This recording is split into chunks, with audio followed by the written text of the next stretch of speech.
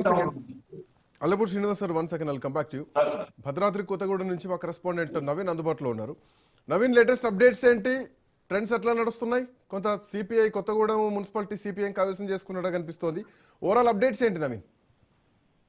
Right Srikanth, నూతనంగా ఏర్పడినటువంటి Kothagudem corporation కు సంబంధించి మొదటి నుంచి కూడా అందరూ భావించినట్లుగా కూడా కాంగ్రెస్ పార్టీ ఇక్కడ నుంచి మేయర్ పీఠాన్ని దక్కించుకుంటుందని అనుకున్నారు. కానీ ఇక్కడ ఇప్పుడు ట్రెండ్స్ ప్రకారం ఇప్పుడున్న దాని ప్రకారం చూసుకుంటే ప్రస్తుతానికి 60 డివిజన్లుగా ఉన్నటువంటి కొత్తగూడెం కార్పొరేషన్ నుంచి 25 డివిజన్లకు పైగా కూడా సిపిఐ పార్టీ అభ్యర్థులు గెలుపొందిన పరిస్థితి ఉంది.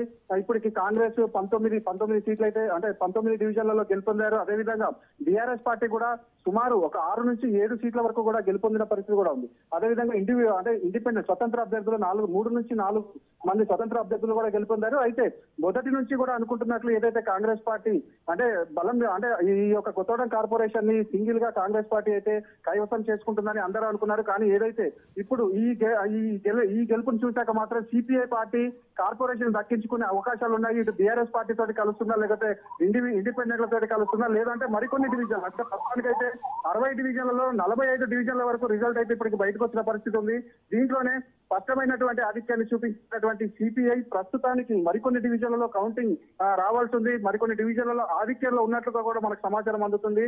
అయితే ఈ నేపథ్యంలో ఇప్పుడు కాంగ్రెస్ పార్టీ ఇక్కడ భద్రాద్రి కొత్తగూడెం జిల్లాలో జరిగినటువంటి మరో 2 మున్సిపాలిటీలలో అయితే సునాయాసంగా జెండా ఎగరేసినట్లుగా వచ్చి ఇప్పుడు ఇల్లందు మున్సిపాలిటీకి సంబంధించి 24 వార్డులు ఉండగా 19 వార్డులలో కాంగ్రెస్ పార్టీ అభ్యర్థులు గెలుపొంది అక్కడ మున్సిపల్ చైర్మన్ పీఠాన్ని అయితే దక్కించుకున్నారు. అదేవిధంగా అశ్వారావుపేటలో కూడా స్పష్టమైన ఆధిక్యాన్ని చూపించినటువంటి కాంగ్రెస్ పార్టీ ఇటు కొత్తగూడెం కార్పొరేషన్ లో మాత్రం ఒకంత దాని కాంగ్రెస్ పార్టీ చూపించలేకపోయిందని కూడా చెప్పొచ్చు. ముఖ్యంగా మనం చూసుకుంటే ఇటు మంత్రి పొంగులేటి శ్రీనివాస్ రెడ్డి ఇన్ఛార్జ్ గా తీసుకున్నటువంటి కొత్తగూడెం కార్పొరేషన్ లో కాంగ్రెస్ పార్టీ ఈ విధంగా అనుకున్న దానికంటే తక్కువ డివిజన్లు గెలుపొందడంతో ఇటు కాంగ్రెస్ పార్టీ కార్యకర్తల్లో నైరాశ్యాలు ఉన్నట్టుగా కూడా చెప్పచ్చు. అదే విధంగా ఇటు సిపిఐ పార్టీ కార్యకర్తలు మాత్రం ఒక జోష్ తో నిండిపోయి ఉన్నారు.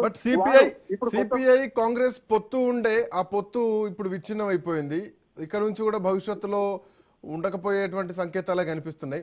సో దీన్ని ఎట్లా చూడాలి? కొత్తగూడెం కార్పొరేషన్ ని కైవసం చేసుకోవడానికి ఏకంగా అక్కడ ఇన్ఛార్జ్ గా మంత్రి పొంగులేటి శ్రీనివాస్ రెడ్డి దాని బాధ్యతలు తీసుకున్నారు. అయినా కానీ కొత్తగూడెం కార్పొరేషన్ సిపిఐ జెండా ఎగరేస్తోంది, కార్పొరేషన్ గెలుచుకుంది స్పష్టంగా కనిపిస్తోంది.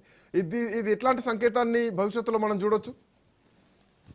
ఖచ్చితంగా శ్రీకాంత్, ఎందుకంటే మొదటి నుంచి ఏదైతే అసెంబ్లీ ఎన్నికలు కావచ్చు లేకపోతే పార్లమెంట్ ఎన్నికలలో రెండు పార్టీలు పొత్తులో అనేక సీట్లు కూడా గెలుపొందిన పరిస్థితి ఉంది. ముఖ్యంగా మనం చూసుకుంటే ఏదైతే మొన్న జరిగినటువంటి గ్రామ పంచాయతీ ఎన్నికలలో కూడా సిపిఐ మరియు ఇటు కాంగ్రెస్ పార్టీలు కలిసి పోటీ కొన్ని చోట్ల కలిసి పోటీ చేసిన పరిస్థితి కూడా ఉంది. అయితే మనం ఇప్పుడు ఏదైతే మున్సిపాలిటీ ఎన్నికలకు వచ్చేసరికి కూడా ఇది సిపిఐ పార్టీ చివరి వరకు కూడా కాంగ్రెస్ పార్టీతో పొత్తు పెట్టుకోవాలని భావించినప్పటికీ కూడా కాంగ్రెస్ పార్టీ నాయకులు కావచ్చు లేకపోతే ముఖ్యంగా మనం చూసుకుంటే ఏదైతే అధినాయకత్వం ఈ పొత్తులు వద్దు అని చెప్పడంతో పొత్తులు లేకుండానే ఒంటరిగా బరిలోకి దిగింది. అయితే ఒంటరిగా బరిలోకి దిగినప్పటి నుంచి కూడా సిపిఐ మొదటి నుంచి చెప్తూనే వస్తుంది, ఖచ్చితంగా కొత్తగూడెం కార్పొరేషన్ పై సిపిఐ జెండా ఎగరేస్తామంటూ కూడా చెప్పారు. దానికి తగ్గట్టే వాళ్ళు గ్రౌండ్ వర్క్ చేసుకుంటూ కూడా వచ్చారు.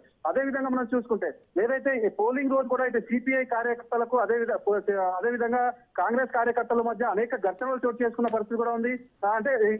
కొత్తగూడెం శాసనసభ్యుడిగా ఉన్నటువంటి కూననేని సాంబశివరావు పాల్వంచ పోలీస్ స్టేషన్ కి వెళ్లి మరి పోలీసులు కాంగ్రెస్ వారు చెప్పినట్టు వింటున్నారు, నేను గర్వకంటుగా ఉన్నాను, మమ్మల్ని చాలా అవమానిస్తున్నారు, ఇప్పటి నుంచి కాంగ్రెస్ తోటి తెగదెంపులు అన్నట్లు కూడా మాట్లాడినట్టుగా కూడా మనం చూడొచ్చు.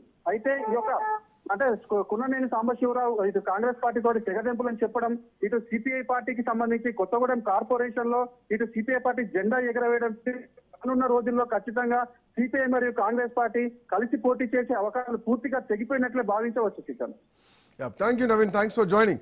సో మొత్తానికి కరీంనగర్ బీజేపీ లీడ్ కనిపిస్తోంది, రామగుండం కూడా కాంగ్రెస్ పార్టీ లీడ్ కనిపిస్తోంది.